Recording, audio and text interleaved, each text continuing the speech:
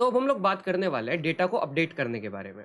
अभी तक हम लोग डेटा को रिट्रीव करना सीख चुके हैं, डेटा को इंसर्ट करना सीख चुके हैं एंड डेटा को डिलीट कैसे किया जाता है ये भी सीख चुके हैं। तो ये तीन ऑपरेशन हम लोगों ने परफॉर्म कर लिए हैं एंड एक लास्ट ऑपरेशन बचा है अपडेशन का। देखो, मेरा मेन मोटो है आपको अभी तक ये सिखाना कि basic set of operations database के ऊपर आप जेडीबीसी की हेल्प से कैसे परफॉर्म कर सकते हो। तो तीन ऑपरेशंस हम लोगों ने परफॉर्म करने सीख लिए हैं। चौथा और लास्ट ऑपरेशन ये बचा है। इसके बाद हम लोग एक प्रोजेक्ट देखेंगे जिसकी हेल्प से हम इन चारों ऑपरेशंस को लेवरेज करके एक बहुत बेटर प्रोजेक्ट बनाएंगे। ठीक है, उसको भी आप अपने रिज्यूमे में मेंशन कर सकते हो, क्योंकि हम लोग एक अच्छे प्रोजेक्ट के साथ अपने डेटाबेस को कनेक्ट करेंगे। जो प्रोजेक्ट का थीम रहेगा वो वाकई काफी अच्छा होने वाला है। ठीक है, तो अभी बिना देरी किए शुरू करते हैं कि डेटा को अपडेट कैसे करना है। अब देखो, हम लोग अभी तक क्या सीख चुके हैं। एक हमारे पास क्वेरी थी जिसकी हेल्प से हम लोग माई एसक्यूएल की क्वेरी जेडीबीसी के अंदर लिख रहे थे। फिर हम लोग अपना यू कैन से जेडीबीसी को सेटअप कर रहे थे, जहां पे हम लोगों ने यूआरएल, यूजर नेम, पासवर्ड दिया था अपने डेटाबेस का। फिर हम लोगों ने यहाँ पे यू कैन से सारे ड्राइवर्स को लोड किया था, और उसके अंदर से जो भी मतलब ड्राइवर्स को लोड करते वक्त जो एक्सेप्शन आ रहा था, क्लास नॉट फाउंड एक्सेप्शन, उसको कैच ब्लॉक की हेल्प से हम लोगों ने हैंडल कर लिया था। फिर उसके बाद हम लोगों ने कनेक्शन एस्टेब्लिश किया था, स्टेटमेंट क्रिएट किया था। फिर हम लोगों ने एक मेथड यूज किया था एग्जीक्यूट अपडेट, जिसके अंदर हम लोगों ने अपनी क्वेरी को इंसर्ट किया था। मैंने आपको पहले ही बता दिया है कि execute update and execute query नाम के मेथड के बीच में क्या डिफरेंस है।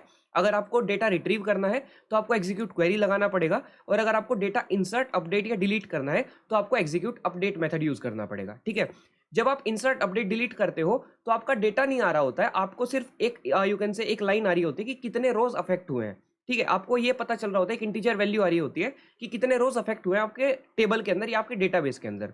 लेकिन जब आप डेटा को रिट्रीव करते हो तो आपका पूरा डेटा आ रहा होता है, जिसको आप रिजल्ट सेट की हेल्प से किसी भी particular you can say instance के अंदर स्टोर कर लेते हो।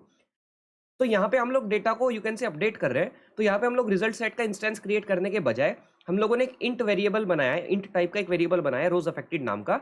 इसके अंदर हम लोग स्टोर कराएंगे कि अपडेट करने के बाद हमारे कितने रोज अफेक्ट हुए हैं। ठीक है, और फिर हम बोलेंगे कि अगर रोज अफेक्टेड यानी वाकई हमारे जो रोज हैं वो जीरो से ज्यादा अफेक्ट हुए हैं, तो इसका मतलब हमने जो भी ऑपरेशन परफॉर्म किया था वो सक्सेसफुली परफॉर्म हो गया है। वरना फिर अगर रोज अफेक्टेड जीरो है तो इसका मतलब हमारा ऑपरेशन परफॉर्म नहीं हुआ है। तो ये जो कोड मैं आपको दिखा रहा हूँ, ये डिलीट वाले ऑपरेशन का था जो हमने लास्ट टाइम यूज किया था। अब हम लोग बात करने वाले हैं अपडेशन वाले कोड की। ठीक है, तो देखो, अपडेशन की जो क्वेरी होती है माई स्क्यूएल के अंदर वो ये रहती है।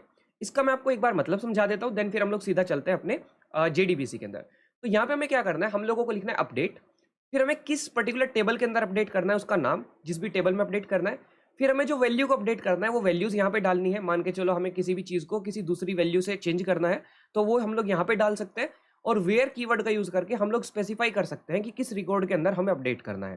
ठीक है, देखो मैं आपको समझाता हूँ कैसे। अभी मैं आपके सामने my SQL command line client open करता हूँ।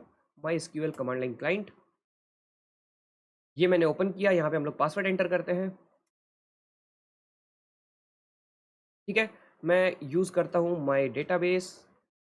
ठीक है, अब हम लोग सेलेक्ट एस्ट्रिक फ्रॉम एम्प्लॉयज, ये मेरी टेबल थी एम्प्लॉयज नाम की।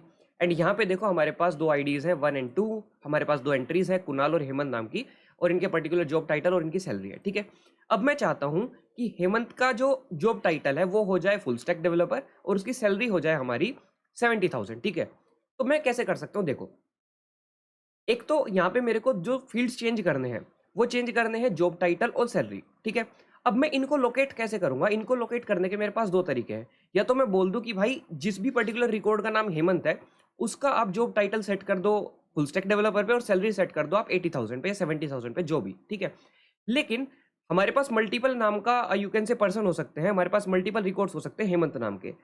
इसके लिए मैंने यहाँ पे ये जो आईडी है इसको प्राइमरी की क्रिएट कर दिया है। तो प्राइमरी की के केस में क्या होगा, मेरे पास ये वाला जो हेमंत होगा जिसकी आईडी 2 होगी, ये पूरे रिकॉर्ड में यूनिक होगा। इसके अलावा किसी भी हेमंत की आईडी 2 नहीं होने वाली है। तो उस केस में मैं आईडी की हेल्प से इसी पर्टिकुलर हेमंत को लोकेट कर सकता हूँ और अपडेट कर सकता हूँ। तो अब मैं क्या करने वाला हूँ, मैं यहाँ पे देखो, मैं इस क्वेरी को चेंज कर देता हूँ उसी हिसाब से। मैं यहाँ पे लिखूंगा, टेबल का नाम है मेरी एम्प्लॉयज, तो मैं यहाँ पे लिखता हूँ एम्प्लॉयज। ठीक है, यहाँ पे मैं सेट करता हूँ, क्या सेट करता हूँ, जॉब टाइटल को, एक तो job title equals to full stack developer.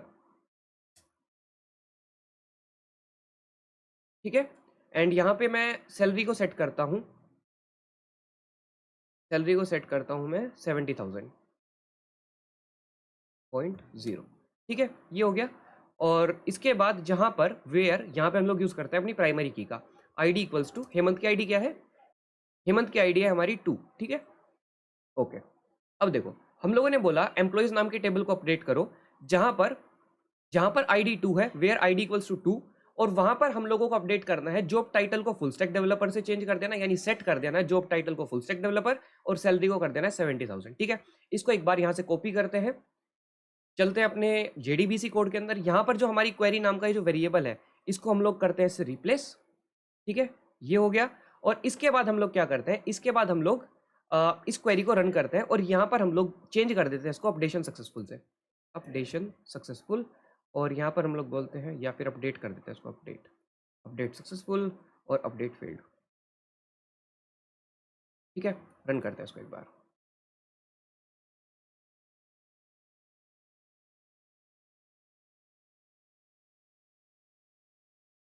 Drivers loaded successfully, connection established, update successful, one rows affected.